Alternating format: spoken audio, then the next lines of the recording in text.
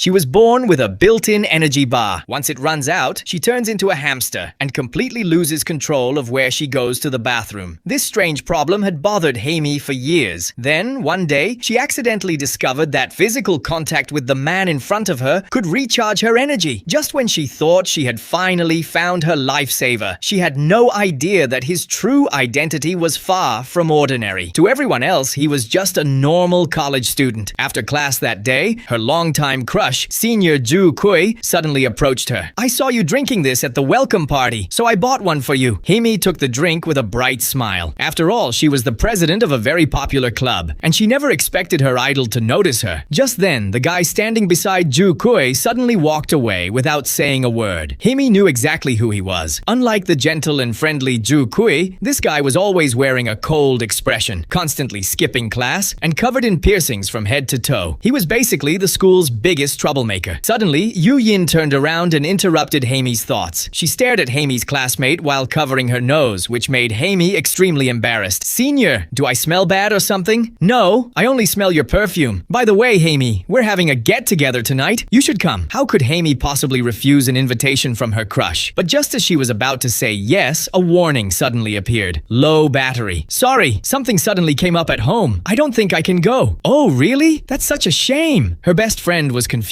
"Is it really that urgent? I thought you liked him." Amy was heartbroken, but she absolutely could not let anyone discover her secret. While running away, she accidentally bumped into Yu Yin. Yu Yin was about to complain, but that familiar scent suddenly hit her again. Amy didn't even have time to apologize. She sprinted into an empty alley. The energy bar above her head finally reached zero. Bang! Amy suddenly disappeared, leaving only a strange object inside her clothes. It started moving slightly. Then, a hamster crawled out. That's right. Whenever Amy's energy runs out, she turns into a hamster. This had been happening since elementary school. The first time her mom saw it, she thought Amy was just a filthy rat. Only after Amy transformed back into a human did her mother finally accept this ridiculous reality. If even her own family reacted like that, imagine what would happen if the whole world found out. She would probably be taken away for experiments. The worst part was that her energy could run out without warning, so she could never prepare in advance. Whenever she heard the sound of beep, beep,